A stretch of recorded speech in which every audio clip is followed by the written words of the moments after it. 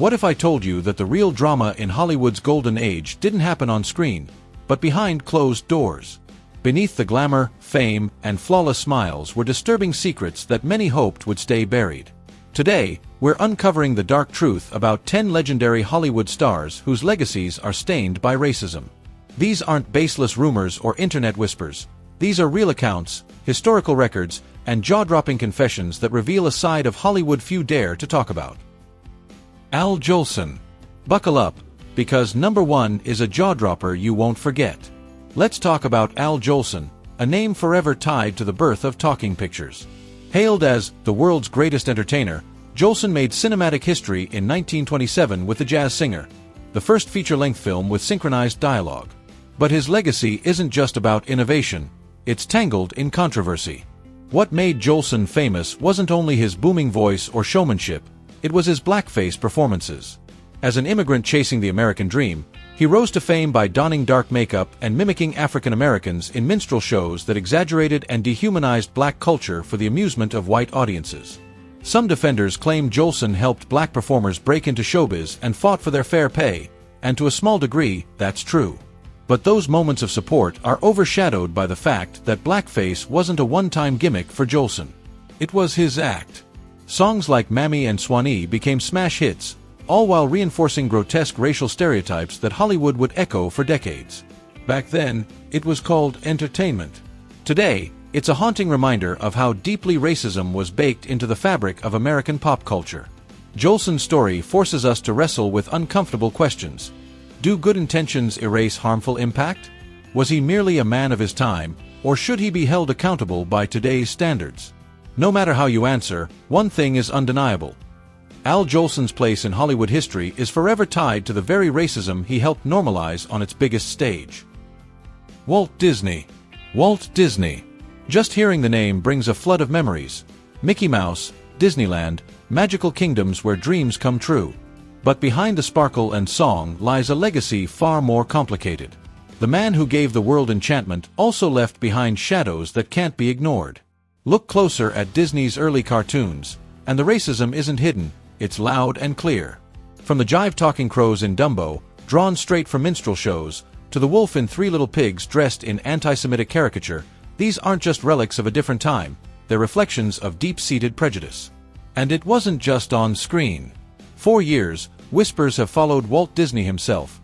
Allegations of racism, sexism, and anti-Semitism. Even actress Meryl Streep once publicly called him a hideous anti-Semite. Members of his own family have quietly admitted that Walt's personal views were far from the inclusive image his empire promotes today. Former animators and actors of color have spoken out about discriminatory hiring practices and being marginalized behind the scenes. So how do we remember him? Was Disney simply a product of his time, or a powerful man who helped spread those very ideals? The answer may be both. He shaped the American imagination, its beauty and its blind spots. And while millions still cherish the magic he created, revisiting those classic films with fresh eyes forces us to confront an uncomfortable truth. Even fairy tales can be built on foundations of bias. Behind the wonder was a world that wasn't always welcoming, and that's a story we can't afford to ignore. John Wayne. When you think of the rugged cowboy, the ultimate symbol of American grit, you're probably picturing John Wayne. With more than 140 films under his belt, the Duke became the face of old-school masculinity and patriotism. But behind the legend lies a darker truth. In a 1971 Playboy interview that still ignites outrage to this day, Wayne declared without hesitation, "I believe in white supremacy." He claimed black Americans weren't ready for full civil rights and coldly suggested Native Americans had it coming for trying to keep America for themselves. He dismissed the horrors of slavery as if they were mere footnotes in history. These weren't careless remarks. They were bold, intentional statements made at the height of the civil rights movement, when the world was demanding change. Wayne didn't stop at racism either. He casually threw out homophobic slurs, revealing deep-seated prejudice that spanned far beyond race. Decades after his death, his name is still at the center of controversy. Students have rallied to remove it from airports and university buildings. Some excuse him as a man of his time. Others see him as a symbol of Hollywood's most dangerous and outdated ideals.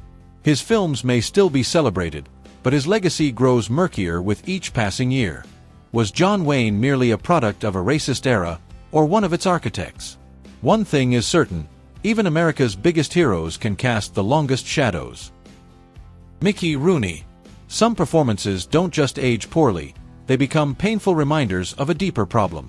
Mickey Rooney's portrayal of Mr. Yunioshi in Breakfast at Tiffany's isn't just outdated. It's one of the most infamously racist depictions ever seen in mainstream Hollywood. What was once dismissed as innocent comic relief is now viewed as a cringeworthy example of yellow face. Rooney, an acclaimed actor with a long legacy, wore exaggerated makeup, taped his eyelids, inserted fake buck teeth, and delivered lines in a caricatured accent that mocked an entire culture. At the time, few critics raised an eyebrow. But today, the role stands as a glaring case study in the film industry's long history of racism against Asian Americans. What makes it even more disheartening is that Rooney defended the role for years, insisting he never meant to offend, as if ignorance could excuse the harm. But how could he not have known? By the 1960s, conversations around race and representation were already growing louder. Every line, every gesture of Mr. Yunioshi was crafted for a laugh, but always at someone else's expense. For many Asian Americans, the character wasn't funny. He was a painful, humiliating reminder that they were outsiders in their own country, not respected, but ridiculed. Today, the role is condemned, and modern viewers are stunned that it was ever approved, let alone praised. Rooney's refusal to acknowledge the damage only casts a longer shadow over his legacy. It's a harsh lesson. Comedy may aim to entertain, but when it punches down, it leaves real scars. Laurence Olivier. Laurence Olivier is remembered as one of the greatest actors in history, a Shakespearean icon whose brilliance lit up both stage and screen. But even the brightest stars can cast the darkest shadows. In 1965, at the height of the civil rights movement, Olivier made a decision that stunned and divided audiences. He portrayed the character Othello in full blackface, complete with exaggerated features and a caricatured accent. While some critics squirmed, others applauded his transformation. But beneath the praise was a painful truth. At a time when black actors were still fighting for fair representation, one of the most respected white actors in the world had taken a role that could, and should, have gone to a black performer. The message was loud and clear. Even stories centered on black lives were not safe from white dominance. What was once hailed as a bold artistic choice has aged into a glaring example of racial insensitivity. The applause has faded, replaced by rightful criticism. Olivier's Othello stands today as a troubling symbol, a reminder that even legends can be blind to the harm they cause. Being a classic doesn't make something right. Sometimes, it just shows how far we still have to go. Marlon Brando. Marlon Brando was a force unlike any other, a trailblazer who redefined the art of acting with unforgettable performances in A Streetcar Named Desire, On the Waterfront, and The Godfather. He wasn't just respected, he was revered. But in 1996, the world watched in disbelief as Brando ignited a firestorm on national television by declaring, "Hollywood is run by Jews."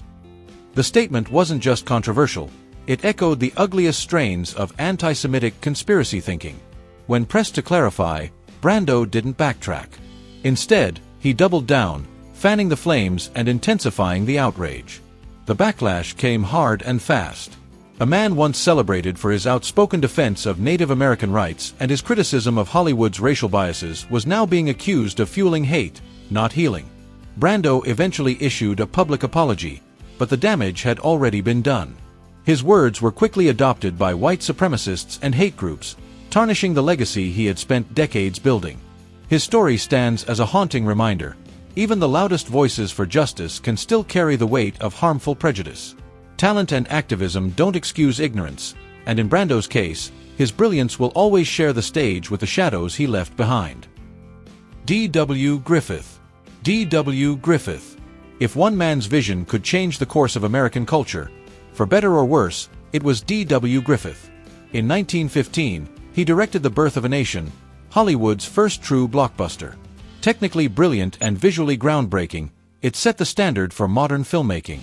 But beneath the cinematic innovation lay a deeply disturbing message.